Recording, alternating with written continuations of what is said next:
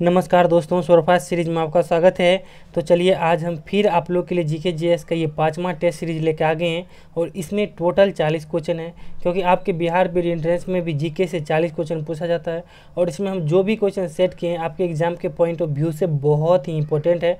और आप लोग को कहते हैं कि आप लोग कॉपी कलम लेके बैठिए और 1 से 40 तक पहले नंबरिंग कीजिए और देखिए कि इस सेट में आपको कितना मार्क आता है। और आप हमें कमेंट करके बताइए, आपको जो ही मार्क 2, 4, 10, 20 आता हो आप हमें कमेंट करके बताइए और सभी कमेंट का हम फीडबैक जरूर देते हैं। तो चलिए इस टेस्ट सीरीज का शुरुआत करते हैं। और जो लोग अभी हमारे चैनल पर नए हैं, पहले आप इस वीडियो को पूरा देखिए। यदि आपके लिए यह वीडियो हेल्पफुल रहता हो तब चैनल को सब्सक्राइब कीजिए, नहीं तो मत कीजिए। और जिन लोगों को बेहद अच्छा लगता हो, जो लोग हमें सपोर्ट करना चाहते हैं, प्लीज़ अपना एक लाइक जरूर दीजिए इस वीडियो को। तो चलिए इस टेस्ट सीरीज का शुरुआत करते हैं। तो पहला क्वेश्चन है कि आदि ग्रंथ किस सिख गुरु ने लिखा था। तो ऑप्शन में गुरु नानक, गुरु रामदास, गुरु अर्जुन देव, गुरु गोविंद सिंह।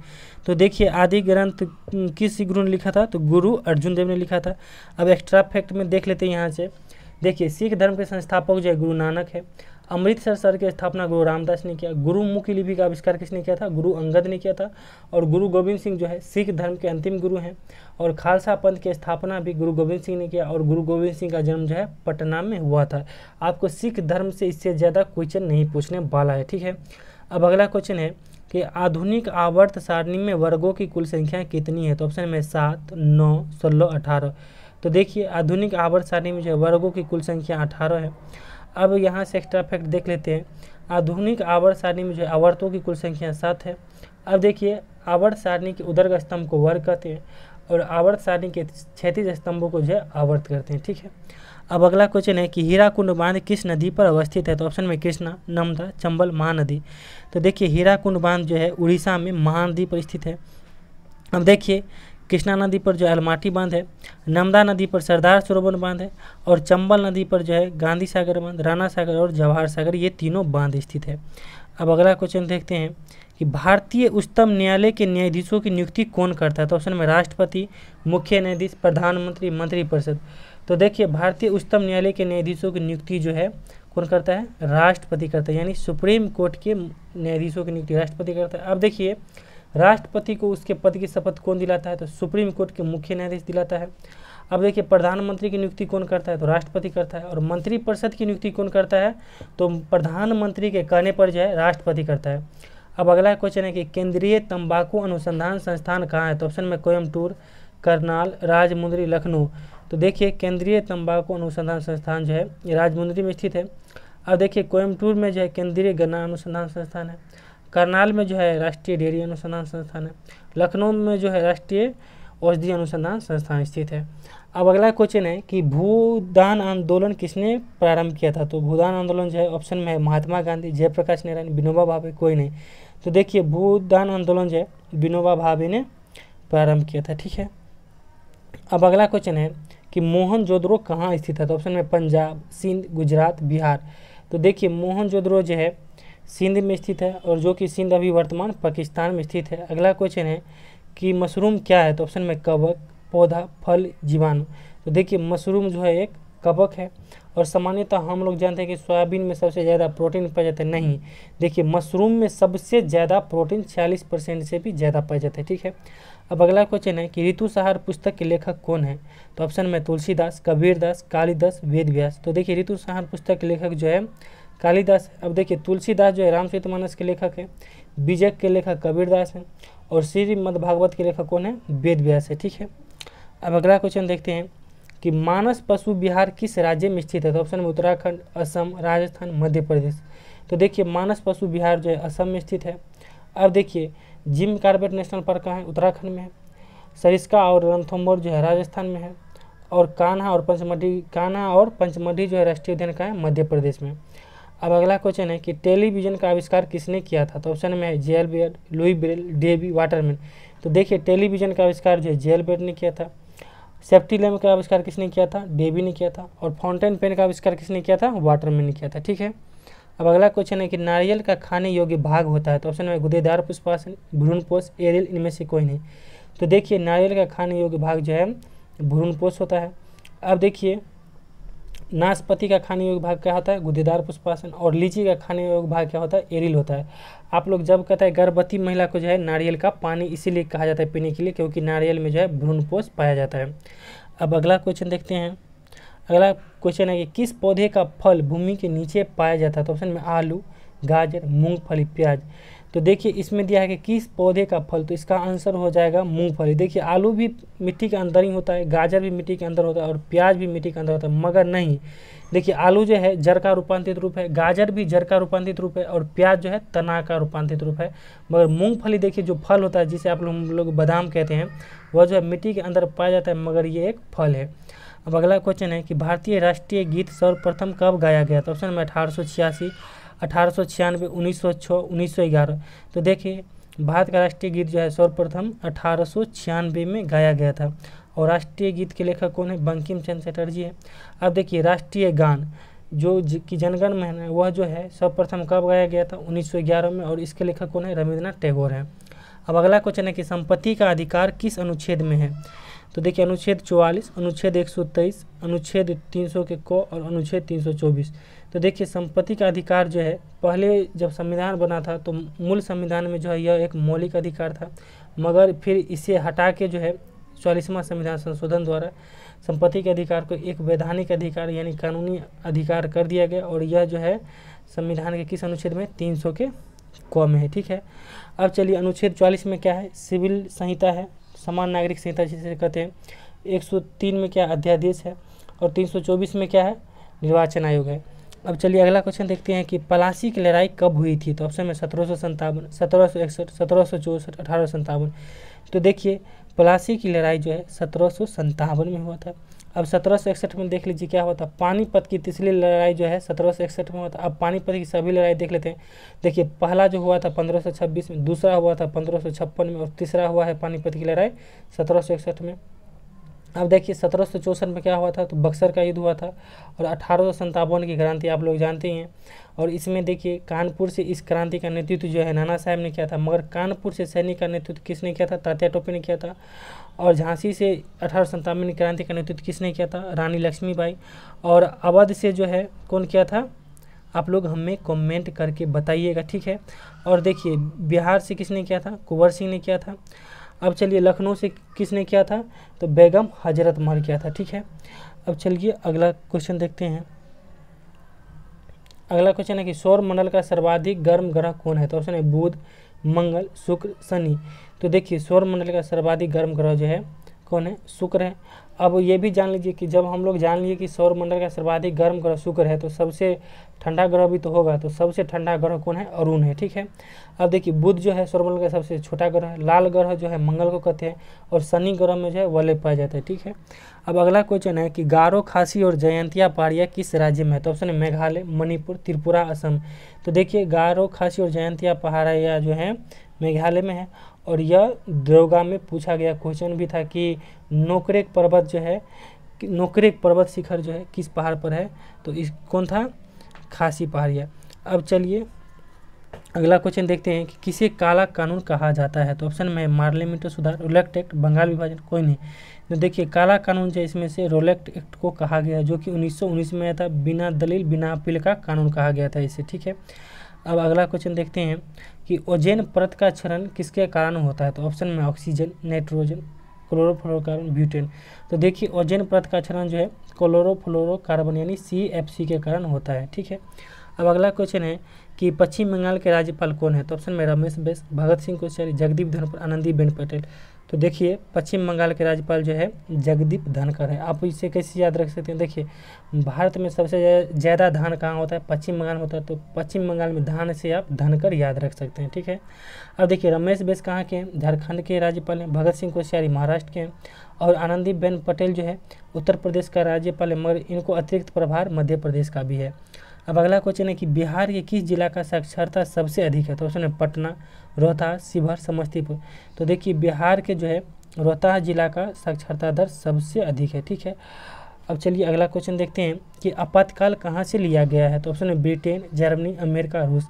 तो देखिए आपातकाल जो है जर्मनी से लिया गया है। संसदीय प्रणाली कहाँ से लिया गया है, तो ब्रिटेन से। मौलिक अधिकार जो है अमेरिका से लिया गया है, और मौलिक कर्तव्य जो है रूस से लिया गया है। नीति निर्देशक तत्व कहाँ से, आयरलैंड से लिया गया है। अब चलिए अगला क्वेश्चन देखते हैं। अगला क्वेश्चन कि निम्न में कौन असम की राजधानी है, तो ऑप्शन में आइजोल, दिसपुर, ईटानगर, इम्फाल। तो देखिए असम की राजधानी कौन होगा, इसमें से दिसपुर होगा। आइजोल किसकी राजधानी, मिजोरम की राजधानी है। ईटानगर अरुणाचल प्रदेश की राजधानी। इम्फाल जो है मणिपुर की राजधानी। तो आप लोग देखिए राजधानी भी याद रखिएगा, वैसे हम पूरा राजधानी आप लोगों को करवा देंगे। और देखिए आप लोग का हमें सपोर्ट चाहिए, क्योंकि हमारा शुरुआती अभी चैनल है और आपके लाइक की ज़रूरत है, क्योंकि आपके एक लाइक से हमें यूट्यूब, आप एक लाइक कीजिएगा तो यूट्यूब जो है हमारी इस वीडियो को 20 से 30 नया आदमी के पास भेजेगा। तो इसीलिए आज का हम टारगेट 100 लाइक का रखते हैं। तो प्लीज़ आप लोग सभी लोग हमें सपोर्ट कीजिए और एक लाइक अपना ज़रूर दीजिए इस वीडियो को, ठीक है। तो चलिए आपकी सपोर्ट की हमें सख्त ज़रूरी है, क्योंकि हम आपके लिए देख रहे हैं बहुत मेहनत करते हैं, ठीक है। और देखिए ये नहीं है कि हम किसी बुक से लिए क्वेश्चन उठा के सीधे छाप दिए, हम क्वेश्चन सेट करते हैं, किसी बुक से फ़ोटो खींच के। और बहुत सारे बीएड का तैयारी करवाने वाले हैं, भले हमारा व्यू नहीं जाता हो, जितने भी बच्चे हैं पढ़ने वाले हम 100 बच्चे के लिए तैयारी करवाएंगे, मगर हम कंटेंट बहुत अच्छा देते हैं, ठीक है। अब चलिए अगला क्वेश्चन देखते हैं कि तारापुर परमाणु संयंत्र किस राज्य में है, तो ऑप्शन में गुजरात, कर्नाटक, महाराष्ट्र, उत्तर प्रदेश। तो देखिए तारापुर परमाणु संयंत्र जो है कहाँ है, महाराष्ट्र में है, और यह भारत का सबसे पहला परमाणु संयंत्र था, ठीक है। अब देखिए काकरापारा कहाँ है परमाणु संयंत्र, गुजरात में है। कैगा जो है कर्नाटक में है परमाणु संयंत्र, और नरोरा परमाणु संयंत्र का उत्तर प्रदेश में है, ठीक है। अब अगला क्वेश्चन देखते हैं, टाइफाइड में कौन अंग प्रभावित होता है, तो ऑप्शन में यकृत, छोटी आंत, संपूर्ण शरीर, आँख। तो देखिए टाइफाइड में जो है छोटी आंत प्रभावित होता है। और देखिए पीलिया जिसे जॉन्डिस कहते हैं, पीलिया में जो है यकृत प्रभावित होता है, और चेचक में संपूर्ण शरीर प्रभावित होता है। और देखिए मेंजेनाइटिस में मस्तिष्क प्रभावित होता है, और ट्रेकोमा में जो है आँख प्रभावित होता है, ठीक है। अब अगला क्वेश्चन देखते हैं, जब बर्फ पानी में तैरता है तब किसका घनत्व कम होता है। तो देखिए क्वेश्चन बोला है कि जब बर्फ जो है पानी में तैरता है तब किसका घनत्व कम होगा, तो उसने पानी का, बर्फ का, दोनों का, किसी का नहीं। तो देखिए जो ऊपर रहेगा उसका घनत्व कम रहेगा, जो नीचे रहेगा उसका घनत्व ज़्यादा रहेगा। यानी बर्फ जो है पानी पर तैरता है, यानी बर्फ का जो है घनत्व कम होगा। तो इसका आंसर हो जाएगा बर्फ का। अब देखिए यहाँ से आप लोगों को सिखा देते हैं कि अब कोई क्वेश्चन आ जाए घनत्व वाला, या आप लोग को कह दे कि पानी के ऊपर तेल क्यों तैरता है, तो देखिए तेल इसीलिए तैरता है ऊपर क्योंकि तेल का घनत्व पानी के घनत्व से कम होता है। जो ऊपर रहता है उसका कम घनत्व, जो नीचे रहेगा उसका ज़्यादा घनत्व। अब आप लोगों को यह भी पूछ देगा कि जब कोई जहाज नदी से समुद्र में जाता है तो ऊपर क्यों उड़ता है, क्योंकि देखिए समुद्र के पानी का घनत्व जो है नदी के पानी के घनत्व से ज़्यादा होता है, ठीक है।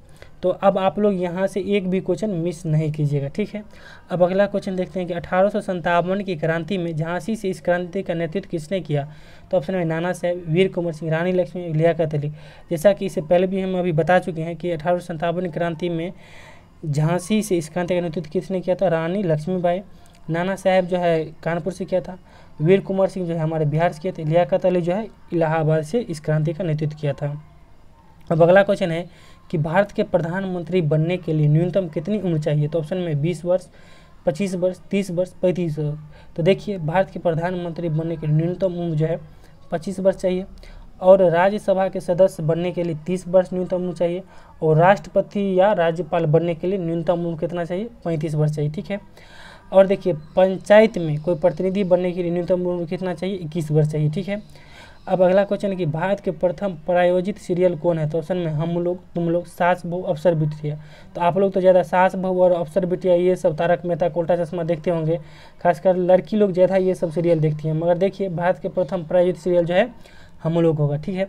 अब अगला क्वेश्चन है कि निम्न में कौन राजस्थान का लोक नृत्य है, तो ऑप्शन बिहू, घूमर, झूमर, कथकली। तो देखिए राजस्थान का लोक नृत्य हो जाएगा घूमर। अब देखिए यहाँ बहुत सारे स्टूडेंट क्या गलती करते हैं, घूमर आ जाएगा झूमर, अगर झूमर आ जाएगा फिर भी झूमर मार देंगे। देखिए आप अब जो है आप लोग यहाँ कन्फ्यूजन दूर कर लीजिए, क्योंकि देखिए जो हमें यदि जिसमें कन्फ्यूजन लगता है हम आप लोग के लेके आ जाते हैं, हम अपने तरीका से सोचते हैं कि आप लोग के यहाँ प्रॉब्लम हो सकता है। तो देखिए झूमर जो है झारखंड का लोक नृत्य है। अब देखिए कथकली जो है केरल का लोक नृत्य है, बिहू जो है असम का लोक नृत्य है। तो अब आप लोग गलती नहीं कीजिएगा, झूमर आएगा तो मारिएगा क्या कहते हैं झारखंड, और घूमर जो है राजस्थान मारिएगा। अब अगला क्वेश्चन है कि भारत की सबसे लंबी नदी कौन है, तो ऑप्शन में गोदावरी, ब्रह्मपुत्र, गंगा, कोसी। तो देखिए भारत की सबसे लंबी नदी कौन है, गंगा नदी होगा जो कि 2510 किलोमीटर इसकी लंबाई, और दक्षिण भारत की सबसे लंबी नदी कौन है, गोदावरी है, ठीक है। अब अगला क्वेश्चन है, और देखिए कोसी नदी जो है इसे बिहार का शोक कहा जाता है और यह अपने मार्ग परिवर्तन के लिए जानी जाती है। और देखिए ब्रह्मपुत्र और गंगा नदी के संगम पर जो है सबसे बड़ा डेल्टा पाया जाता है। ठीक है, अब चलिए अगला क्वेश्चन है कि हमारे राष्ट्रीय ध्वज की लंबाई और चौड़ाई का अनुपात कितना है। तो देखिए राष्ट्रीय ध्वज की लंबाई और चौड़ाई का अनुपात पूछा है, तो ऑप्शन में 2:3, 3:2, 4:3, 5:3। तो देखिए राष्ट्रीय ध्वज की लंबाई और चौड़ाई का अनुपात जो होगा 3:2 होगा। देखिए आप लोग इस तरह याद रख लीजिए लंबाई चौड़ाई 3:2, मगर आपके क्वेश्चन में क्या आ जाता है कभी कभी कि चौड़ाई और लंबाई का अनुपात आ जाता है और स्टूडेंट क्या करते हैं कि 3:2 ही मारते हैं। ऐसा नहीं करना है, और ऐसा कई बार क्वेश्चन पूछा गया तो वहाँ जो है 2:3 मारिएगा थोड़ा देख के। अब अगला क्वेश्चन है कि क्षेत्रफल के अनुसार सबसे बड़ा राज्य है। तो ऑप्शन में राजस्थान, उत्तर प्रदेश, गोवा, बिहार। तो देखिए क्षेत्रफल के अनुसार सबसे बड़ा राज्य कौन है, राजस्थान है, और क्षेत्रफल के अनुसार सबसे छोटा राज्य कौन होगा, गोवा। अब देखिए जनसंख्या के अनुसार सबसे बड़ा राज्य कौन है, उत्तर प्रदेश, और जनसंख्या के अनुसार सबसे छोटा राज्य कौन है, सिक्किम है। ठीक है, अब अगला क्वेश्चन देखते हैं, सोया प्रदेश के नाम से कौन जाना जाता है। तो ऑप्शन उत्तर प्रदेश, असम, मध्य प्रदेश, बिहार। तो देखिए सोया प्रदेश के नाम से जो है मध्य प्रदेश जाना जाता है। ठीक है, अब चलिए अगला क्वेश्चन देखते हैं, विश्व का सबसे ऊंचा पर्वत शिखर कौन है। तो ऑप्शन है माउंट एवरेस्ट, आल्प्स, K2 गार्डुगिन नेशनल, कंचनजंगा। तो देखिए विश्व का सबसे ऊंचा पर्वत शिखर जो है माउंट एवरेस्ट है, जो कि 8850 मीटर है। अब देखिए K2 गार्डुगिन नेशनल विश्व का सबसे दूसरा ऊंचा पर्वत शिखर जो कि 8611 किलोमीटर है, सॉरी 8611 मीटर है। और देखिए यह जो है पाकिस्तान के अधीन है। ठीक है, और कंचनजंगा भारत का सबसे ऊंचा पर्वत शिखर है जो कि सिक्किम में है। अब देखिए अगला क्वेश्चन है कि बिहार विधानसभा में कितनी सीटें हैं। तो ऑप्शन है 552, 250, 243, 16। तो देखिए बिहार विधानसभा में जो 243 सीटें हैं। अब देखिए लोकसभा में जो 552 सीटें हैं, राज्यसभा में 250 सीटें, और बिहार के राज्यसभा में कितनी सीटें हैं, 16 है, और बिहार के विधान परिषद में 75 सीटें हैं। ठीक है, अब चलिए अगला क्वेश्चन देखते हैं, हुमायूं का मकबरा कहाँ स्थित है। ऑप्शन में दिल्ली, आगरा, लाहौर, सिकंदरा। तो देखिए यह जो है बिहार B.Ed इंटरनेशनल 2020 में क्वेश्चन पूछा भी गया है कि हुमायूं का मकबरा कहाँ स्थित है। ऑप्शन में दिल्ली, आगरा, लाहौर, सिकंदरा। तो देखिए यह हम कई बार बता चुके हैं और आप लोग को यह क्वेश्चन गलत नहीं होना चाहिए, क्योंकि मकबरा देखिए बार बार रिपीट करें, इसीलिए यहाँ से क्वेश्चन आने की संभावना रहता है, तो आप लोग को यहाँ से गलत ना हो इसीलिए हम बार बार रिपीट करते हैं। देखिए हुमायूं का मकबरा जो है दिल्ली में स्थित है। अब देखिए शाहजहाँ का मकबरा कहाँ है, आगरा में है। जहांगीर का मकबरा कहाँ है, लाहौर में है। और देखिए इसके पत्नी का नूरजहाँ का मकबरा भी लाहौर में है। और अकबर का मकबरा कहाँ है, सिकंदरा में है। और बाबर का मकबरा कहाँ है, काबुल में है। और देखिए आज थोड़ा लेट हो गया इसलिए, क्योंकि देखिए ये जो कोना में आप लोग देख रहे हैं ना, ये जो इतना स्पेस घेर लेता है, आज हम दूसरा एप्लीकेशन से मतलब सोचे रिकॉर्ड करना, अच्छा एप्लीकेशन है, मगर पहली बार आया था ना तो उस पर हमको रिकॉर्ड करना नहीं हो पाया, तो सेटिंग का प्रॉब्लम था, इसीलिए थोड़ा लेट लगे है। ठीक है, और हम आप लोग के लिए ज़्यादा से ज़्यादा मेहनत करते हैं और आप लोग भी मेहनत कीजिए। और प्लीज़ आप लोग ज़रूर देखिए, हम 100 लाइक का ये आज टारगेट रखते हैं, आप लोग ज़रूर लाइक कीजिए, क्योंकि आपके लाइक की हमें सख्त ज़रूरत है। ठीक है, और आप लोग प्लीज़ सपोर्ट कीजिए, क्योंकि हम आपके लिए अच्छा क्वेश्चन सेट करते हैं, ये चीज़ हम दिल से कह रहे हैं। ठीक है, तो आप लोग भी मेहनत कीजिए और आपकी लाइक की प्लीज़ ज़रूरी है, तो आप लोग ज़रूर लाइक कीजिएगा। अब देखिए अगला क्वेश्चन है कि विटामिन ए की कमी से कौन रोग होता है। तो उसमें रिकेट, रतौंधी, यहाँ होगा बाल झड़ना। ठीक है, और हड्डी कमजोर होना। तो देखिए विटामिन ए की कमी से जो है रतौंधी होता है, और देखिए विटामिन डी की कमी से रिकेट्स होता है, और बाल झड़ना किसी कमी से होता है, विटामिन सी की कमी से, और विटामिन डी की कमी से ही हड्डी कमजोर होता है। ठीक है, अब अगला क्वेश्चन है कि नींबू रस का पीएच मान कितना होता है। तो देखिए नींबू रस का पीएच मान जो है ऑप्शन में 2.2, 2.4, 2.8, 2.9। तो देखिए नींबू रस का पीएच मान जो है 2.4 होता है, और नींबू में कौन अम्ल पाया जाता है, साइट्रिक अम्ल पाया जाता है। ठीक है, और यह अम्लीय होता है। और देखिए आज के लिए इतना है, क्योंकि हम पूरा 40 क्वेश्चन का डिस्कशन करा दिए। और आप लोग को जो मार्क आता है आप हमें कमेंट करके बताइए, क्योंकि देखिए हम इतना मेहनत करते हैं तो आप भी एक्स्ट्रा मेहनत कीजिए। और आप सभी को गवर्नमेंट कॉलेज लेना होगा, ज़रूरी है लेना। वैसे तो कॉलेज कोई भी मिल जाएगा, मगर जब हम इतना मेहनत करते हैं तो प्लीज़ आप लोग गवर्नमेंट कॉलेज लीजिए और मेरा मनोबल बढ़ाइए, और मेरे इस मेहनत को ज़रूर आप लोग सार्थक कीजिएगा। Thank you, all the best. अपने तैयारी में जम के लगे रहिए। Thank you.